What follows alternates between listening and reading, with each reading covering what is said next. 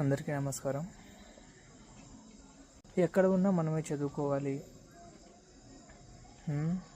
కాలేజీల్లో ఒక intermediate college ప్రిన్సిపల్ని అడిగాను, సరే మీ కాలేజ్ స్టూడెంట్కి ఒక జస్ట్ నార్మల్ క్వశ్చన్ అడిగాను, వాడేం చెప్పలేకపోతున్నాడు, ఇంకా సబ్జెక్ట్ అవ్వలేదు అది ఇది అని. సెకండ్ ఇయర్ అబ్బాయికి ఫస్ట్ ఇయర్ క్వశ్చన్ అడిగాను. క్వశ్చన్ ఏంటంటే బోర్స్ థియరీ ఏంటి అని అడిగాను కెమిస్ట్రీలో.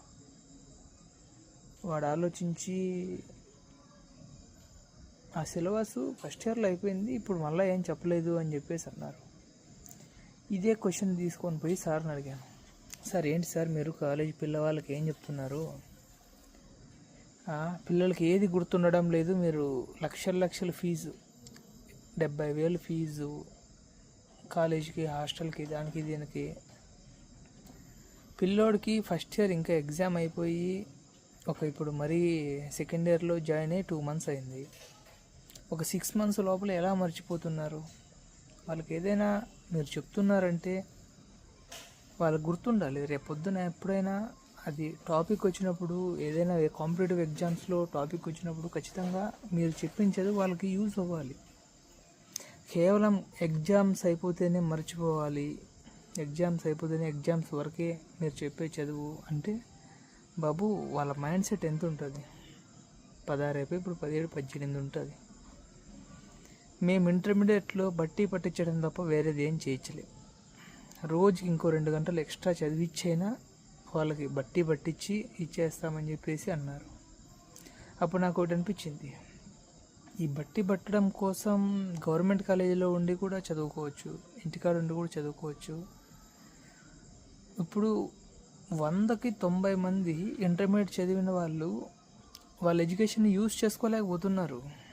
నా ఫ్రెండ్స్ చాలామంది, అసలు మా ఫ్రెండ్ నా ఇంటర్మీడియట్లో బ్రహ్మ అని ఉన్నాడు, అజయ్, మేము ముగ్గురము ఇప్పటికి కూడా పాలు నీళ్ళు లేక ఫుల్ దోస్త్.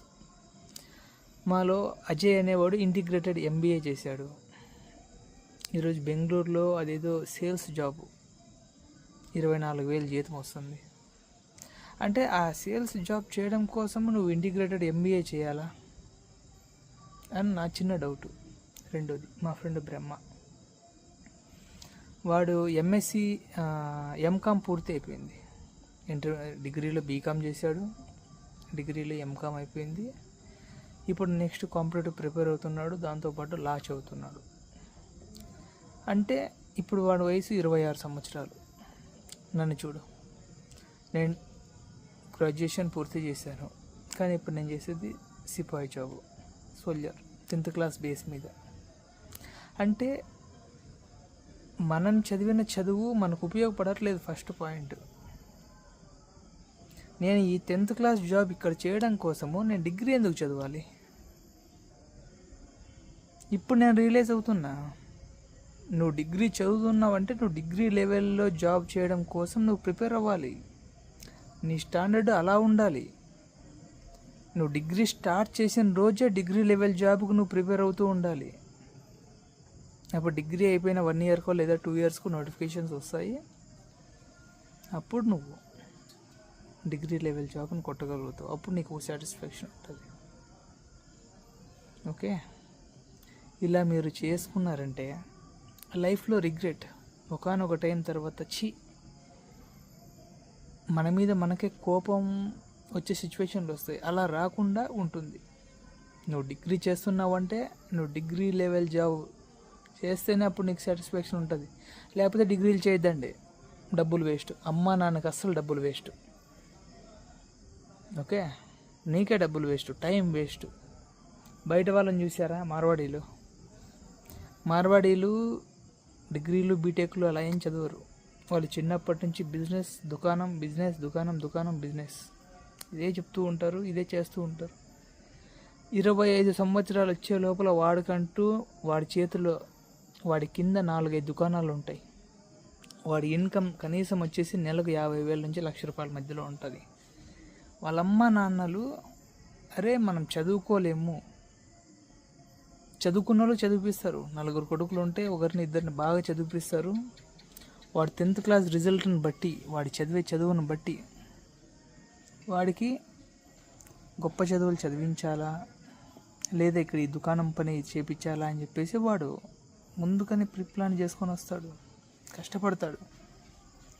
చాలామంది అంటారు నాకంటూ ఒక టైం వస్తుంది, నేను డైమండ్, నాకంటూ టైం వస్తుంది, అప్పుడు నేను మెరుస్తాను అంటారు. ఏం మెరుస్తారు? అలా మెరిసిన వాళ్ళు చాలామంది ఉన్నారు. అసలు రోడ్ల మీద అలా ఏం జాబ్ లేక తిరుక్కుంటూ 27, 28, 30 ఏళ్ళు వచ్చినా కానీ అలా మెరుస్తున్నారు తప్ప ఏ ఒక్కడు మంచిగా ఆడు. అది అంటాం కదా, టైం ఉన్నప్పుడు అన్నీ ఉన్నప్పుడు దాని వాల్యూ ఏం తెలీదు. ఎగ్జాంపుల్, అమ్మా నాన్న ఉన్నప్పుడు వాళ్ళ వాల్యూ మనకు అస్సలు తెలియదు. వాళ్ళు పొరపాటున దేవుడి దగ్గరికి చనిపోయినాక దేవుడి దగ్గరికి వెళ్ళాక అప్పుడు నీకు అన్నం పెట్టేవాళ్ళు లేకపోతే అప్పుడు తెలుస్తుంది. అంతవరకు మీకు ఏదైనా ఉంటే దాని వాల్యూ అస్సలు తెలియదు. ఇప్పుడు మీ గురించి మీకు ఇప్పుడు మనశ్శాంతి ఉంటుంది.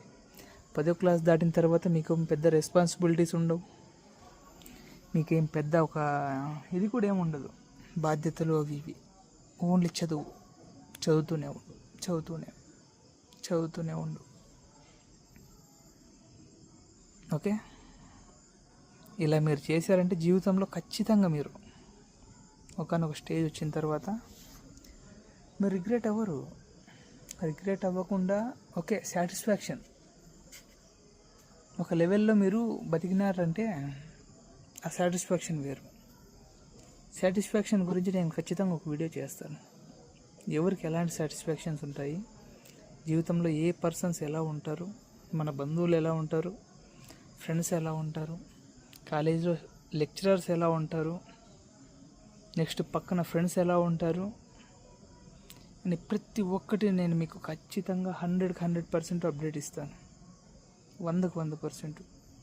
మీరు కొన్ని మంచి అప్డేట్స్ రావడం కోసం మన ఛానల్ని సబ్స్క్రైబ్ చేయండి. ఇలా చేశారంటే మీరు మీ పిల్లలకి ఈ వీడియోలు కొన్ని చూపించండి. మీరు దీన్ని నేను చెప్పే వాటిని మోటివేషన్ అనుకుంటారా లేదా ఎడ్యుకేషనల్ పర్పస్ అనుకుంటారా, ఇంకోటి అన్నీ మీ ఇష్టం. కానీ నేను ఎక్కువ ఒక పాయింట్ని సాగబీకను, లైట్గా దానికి 2-3 ఎగ్జాంపుల్స్ చెప్తూ మీకు ఎలా అర్థం అవ్వాలి అని మీకు అలా క్లారిటీగా మీకు చెప్పడానికి ట్రై చేస్తాను. ఓకే, ఇంతటితో ఈ వీడియో ముగిస్తున్నాను. తర్వాత ఇంకా మంచి వీడియోలు మన ఛానల్ నుంచి వస్తాయి. Thank you.